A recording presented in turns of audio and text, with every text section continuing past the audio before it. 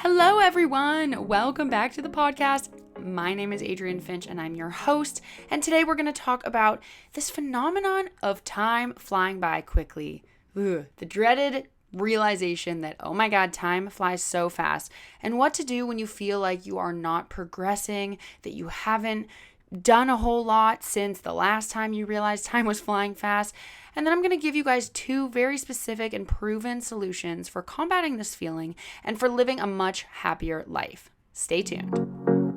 My name is Adrienne Finch, and I believe wholeheartedly that anyone from any background can create the success and happiness that they want. With my proven productivity hacks, business tactics, and a little mindset coaching, this podcast will unlock your greatest potential and transform you into the CEO of your own life, business, happiness, and success. So what are you waiting for? This is the Self-Made CEO podcast.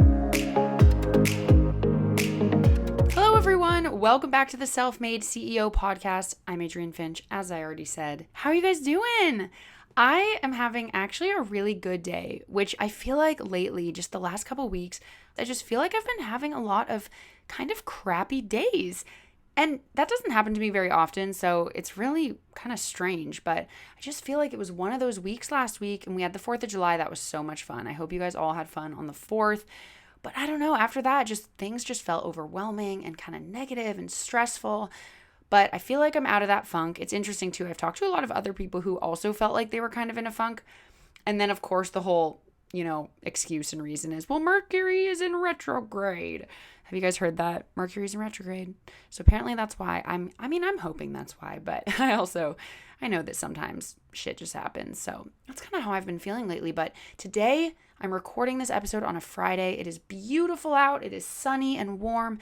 I'm feeling really good. I'm feeling really happy. Even though I do have a lot of work and I'm a little bit overwhelmed, I'm feeling pretty good. So I hope you guys are having a really good day.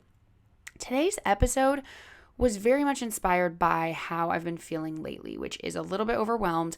I've been just so confused at how fast time has been flying by. I cannot believe it is the middle of July.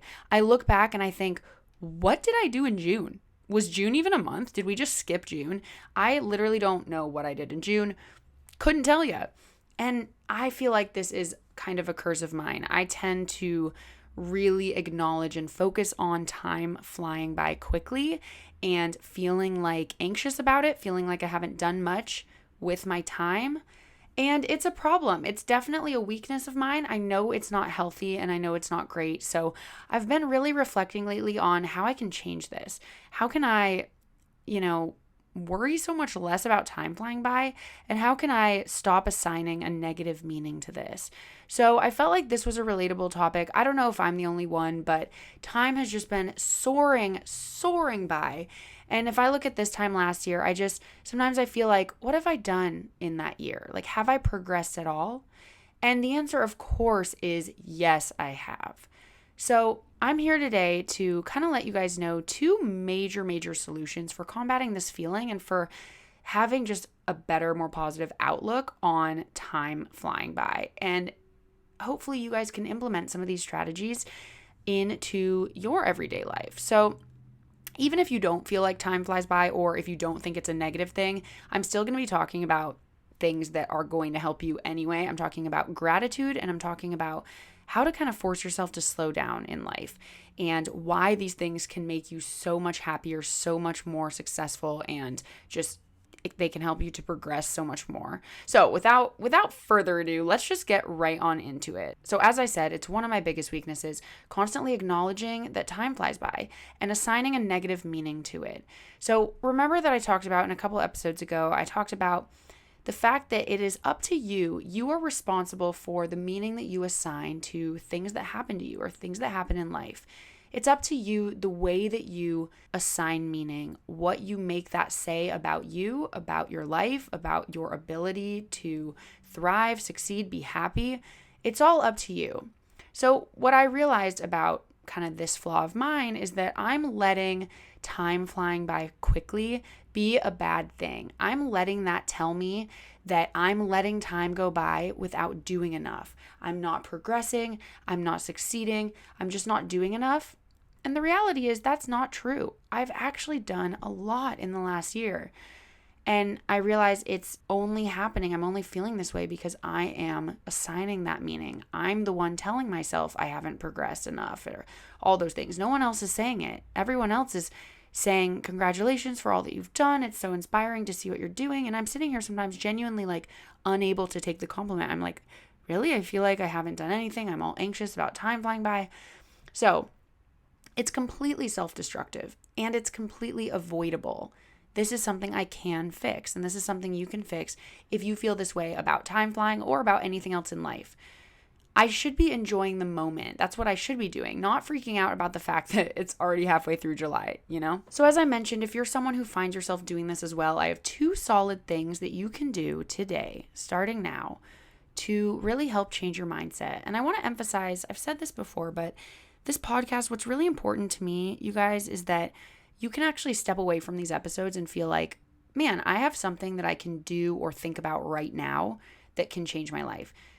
Of course, talking about things on different episodes is inspiring and it can be motivational, but I want to do more than just inspire. I actually want to give you guys tangible action items that you can take to actually start achieving these goals or to start implementing these practices into your life. So I appreciate all the feedback you guys have given me. It's really helped me shape future episodes and just hearing what you guys like and don't like. So remember, you can always DM on Instagram at the Self-Made CEO or email me at selfmadeceopodcast@gmail.com. I've been loving reading your stuff. Anyway, all right. So solution number 1 is to force yourself to slow down.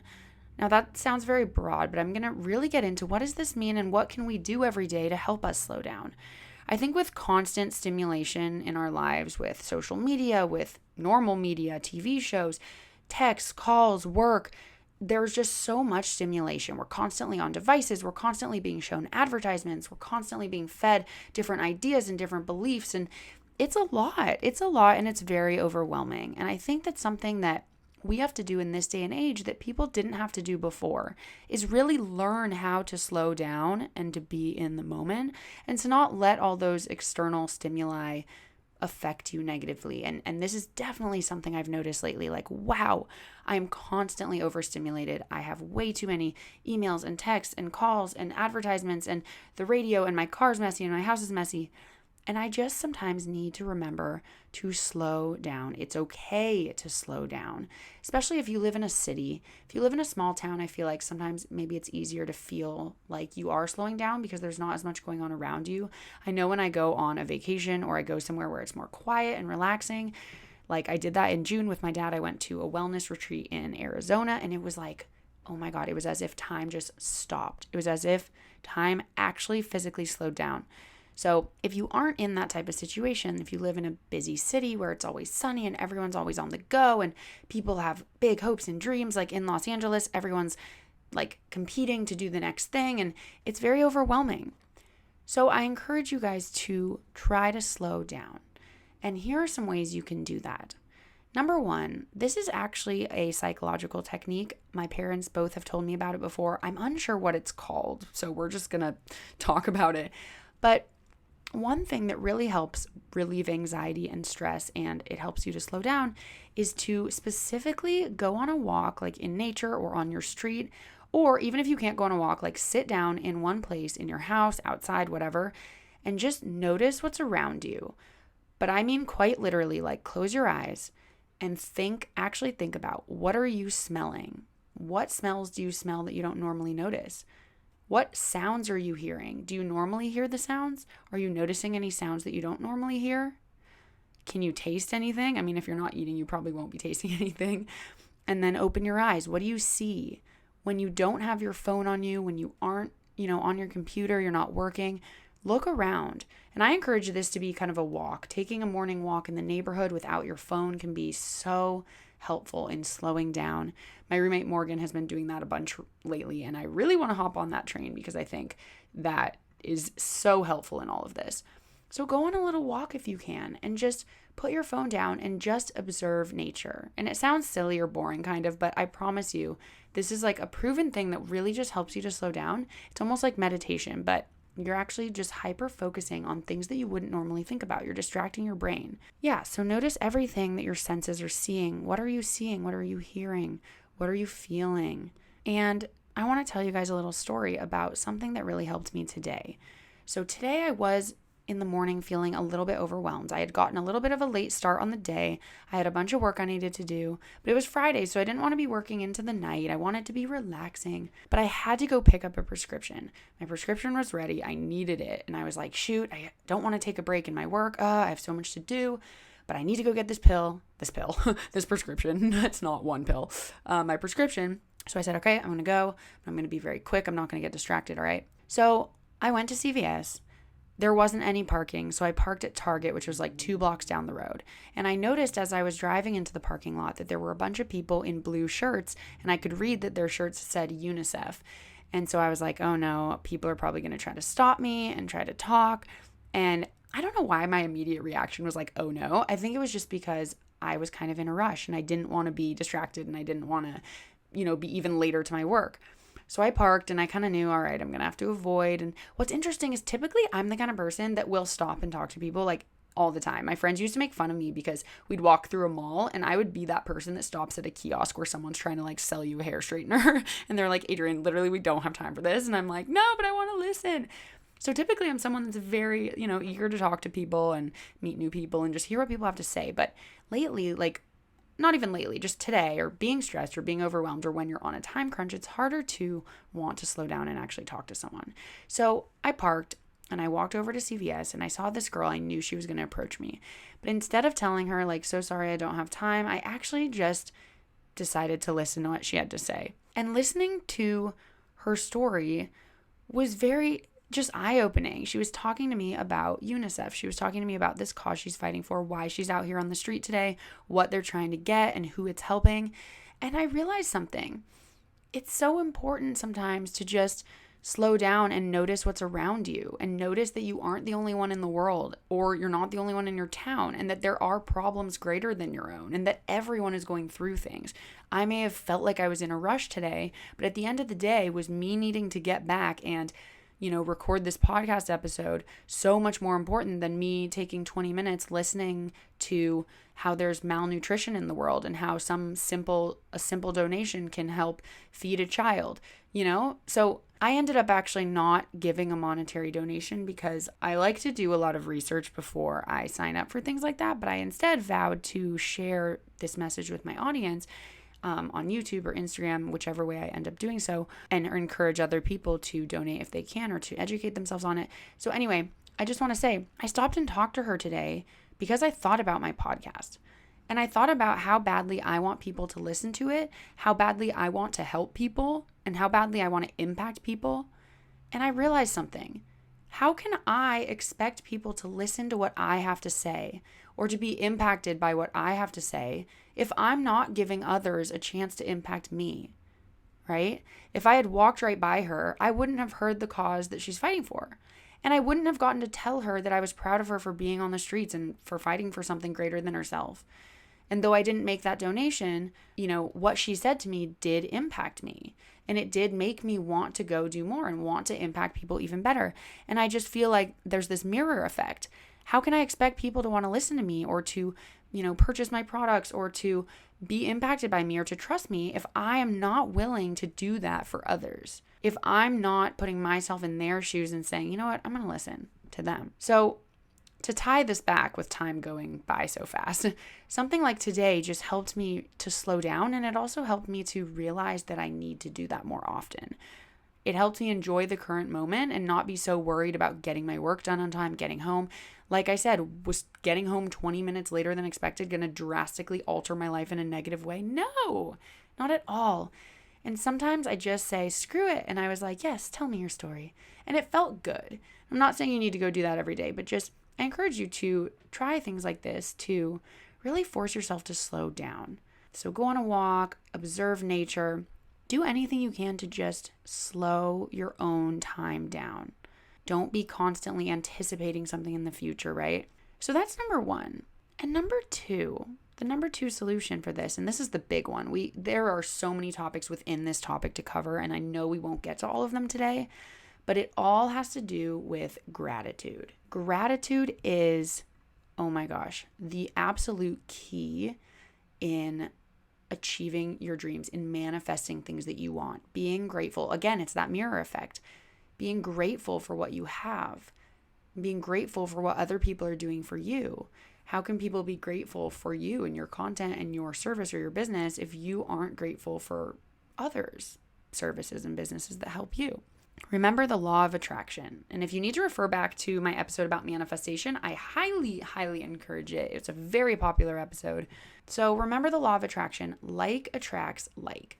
If you're focusing on the things that you have not done in life, or the ways in which you have not progressed, then your subconscious mind will bring more of that into your life. If you instead flip that and focus on the things that you have done, and actually consciously notice the things that you have done and say thank you, then you will attract more of that into your life. And what I have found, for me, the reason that I'm struggling with this is I'm so focused on the things I haven't done or the ways in which I have not progressed, to the point where I almost forget how much I actually have done. Like, I was sitting here a couple months ago. Now I've been, improving this a lot, but I was sitting there a couple months ago and I was literally like, Adrienne, you have done nothing. Like, you are a piece of crap. You're in the same place you were last year. And then I said, wait, hold on. Let me sit here and actually try to think and list out on paper, what are the things I have done in the last year? And I realized it was a lot of things. I started this freaking podcast. That's huge. It's huge. Like, I wasn't even thinking about that. There have been so many things that I've done, even if they're little things. And by focusing on what you haven't done, you're not even remembering the things you've done. So I'm going to give you a couple of actionable ways to express gratitude, not only to yourself, but to others, and how to just train your brain to be more grateful. Because like I said, with gratitude, by expressing, I'm so appreciative that I launched my podcast this year. Like, more things like that will come into my life, versus if I'm like, I really wish I had done more this year. Then remember, your subconscious brain can't tell the difference between what you want and what you don't want. So if you say, I had too much work to do this year, or I had too many pointless meetings, your brain is just seeing, oh, pointless meetings. Okay, you're focused on that. We want more of those. Instead of you saying, I increased my number of efficient, effective meetings, then your brain's like, great, we want more efficient, effective meetings. So it's as easy as kind of flipping your language and both writing down and expressing outwardly to yourself and to others that you are grateful and that you are appreciative of what's happening. So ultimately, being grateful is a way of life. It's a lifestyle change, but it doesn't happen overnight. The goal is that by practicing these little rituals that I'm going to give you, you'll ultimately adapt this naturally into your life, and you won't even have to think about it. You're just going to be more grateful. Your brain will be trained to just pick out those things that you're grateful for, that progress you've made, and it'll just know to be grateful for it, and you'll attract more into your life, and it'll be this exponential progression. So here are the things you can do to work on expressing gratitude, because it sounds easy, but really it's not. It's not easy to just immediately be like, oh yeah, but I am grateful. You actually have to out loud train your brain to be thinking about it. So the first thing is to say positive affirmations. And you may have heard this before. It sounds a little woo-woo, hippie, dippy, but you know that I love this stuff. And this was like the furthest from anything I ever wanted to try when I first heard it. And then I realized it's so easy. I love it. I do it all the time. So if you're a type A, like you need to be organized, have a plan like me, then I suggest doing this. I suggest grabbing a piece of paper and writing down first of all, I suggest writing two things, or like two pieces of paper, two sections. One being I ams. So saying I am talented, I am loved, I am a hard worker, I am, whatever it is, I am disciplined, I am creative. Write down those. And then on the other piece of paper, write down kind of the goals that you have, but in the form of I have. So I have 1 million subscribers. I have loving friends and family. I have the new car that I always dreamed of, or whatever. So even if you don't have the things yet, write it down in the form of I have. And then what you're going to do is I suggest keeping these pieces of paper kind of next to your bed or something. And then one time at night before bed and one time first thing in the morning. So it should be right before you sleep and right when you wake up, either in your head or out loud, say these to yourself. So read the whole list and actually be thinking about it as you're reading it. Don't just kind of like mindlessly read it.